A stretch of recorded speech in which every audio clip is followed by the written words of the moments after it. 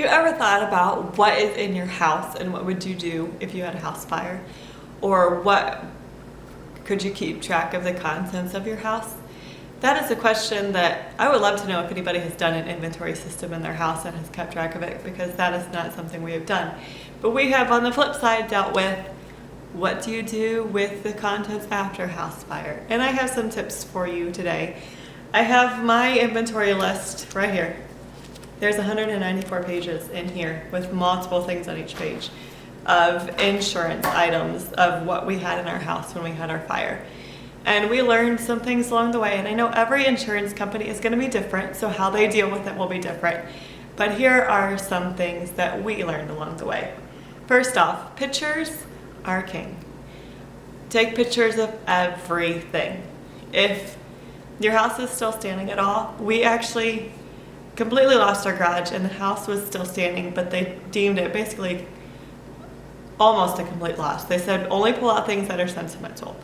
So what that meant was most of the things were still there, just kind of trashed. And what we did was we went in with some friends and we pulled out every single item from our house and took a picture. One, for inventory purposes, because that way we knew exactly what was there. We lose track of things. We've been in our house now for 3 years, and I pull out things and I'm like, where in the world did this come from? Like, why do I have this in my house? So I'm sure you're the same. You lose track of things. You don't know what's in your house or how many of something that you have. So take pictures if you are dealing with this. And this won us lots of money in the end, because we had stuff in our basement that they didn't want to credit us for. And because I had pictures of them and I was able to say, here's what we had, they said, okay, here's some more money. And really the only reason we won that was because of the pictures. So if you are dealing with a claim and you still have stuff left, take pictures. Take pictures of your house as they are, and then take them out and take pictures. Also, when you're dealing with the inventory, decide if you want to replace it or keep it. We were told to pull out sentimental things. That was it. And then it comes down to, is this sentimental enough to keep? Or will it cost more to replace? And kind of weighing those things. For example, we had copper kettles. Would it be easier for us just to get brand new copper kettles, or whether they sentimental enough that we wanted to pull them out and decide to clean them? Also think along those lines, is the safety of that aspect worth it for me? We had some friends that really highly encouraged us, do not pull anything out of the house, because ours started in the garage. So we had, tires that rubber was going through our house with all that smoke. Our houses aren't made out of wood and clean products anymore. We have so much plastic and pre-made stuff that once they burn, it's disgusting. So what's the health benefits of the stuff that comes out of your house? Is it worth it to you? Will you ever use those things again? Or will they just sit in your house?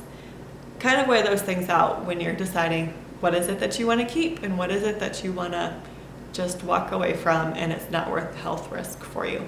And maybe do a little research on that too, if it's not something you're too knowledgeable about. For us, a lot of things, it wasn't worth the potential of, what the health is going to be like down the future, just to hold on to some things. Once you get your inventory list back from your insurance company, recheck it.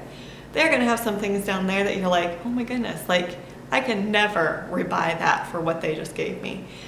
And our insurance company let us send them a list. So we made this Excel document, item, here's where we found it, this is the cost that we found it for.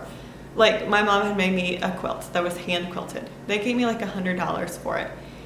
I could not buy that quilt anywhere for $100. So we challenged that.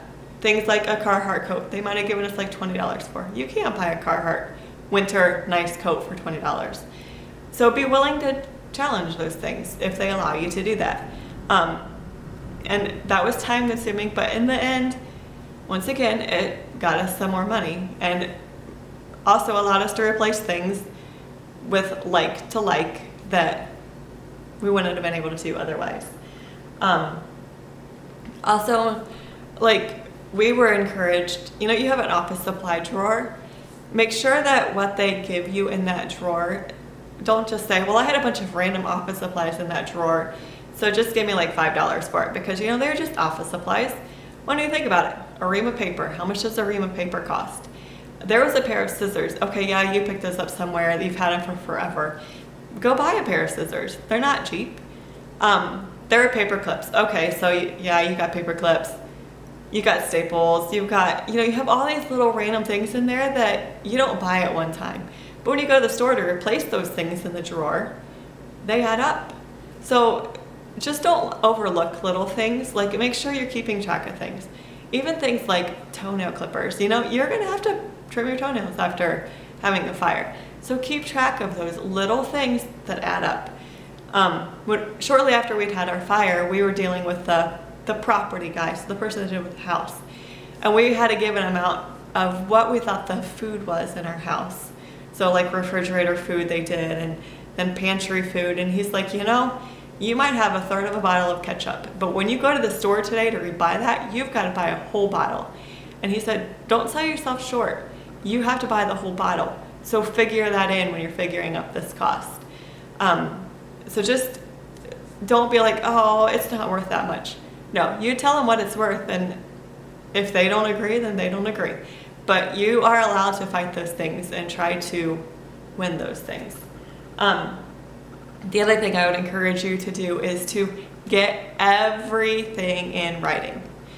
If they tell you something, say, hey, can you email that to me? I would like to, I might not remember that. Blame it on yourself. I might not remember that. Can you email that to me to get it in writing so that I can remember it? Because one, you might not remember it, and two, they don't have to stand behind it if it's not in writing. If you have issues in the future and you go to somebody else, you could say, this is what my insurance person said. This is what they said. This is what they're telling me now, and this is what needs to be done. So get everything in writing and save it. I had a folder in my email that I just set every email to. And I wish now I would have realized more about it, the search feature in email, but you can search things in email. So keep everything and ask them to write it down for you. Don't take word over the phone or in person. Ask them to write it down for you, because that will also help you with your inventory. What they want you to keep, make sure that is done. We needed to keep sentimental things. That caused issues later because they wanted us to keep more things after we'd already thrown them away. We can't dig things out of the dump. So have them write it down. Have you dealt with a personal items claim of any sort? I would love to know what maybe some tips that you have for other people that worked for you, because once again, every insurance company is different and they deal with things differently. And also, have you dealt with any or have you inventoried your house? That is something we need to do. So if you've inventoried your house, let us know that too, because I would like to know it's a system that works for you. I will link all my other insurance videos below, and I hope that this is helpful to you. And hopefully, if you are dealing with an insurance claim or know somebody that is, this will help you get more money from your insurance company. I hope that you all have a great day, and I'll see you soon.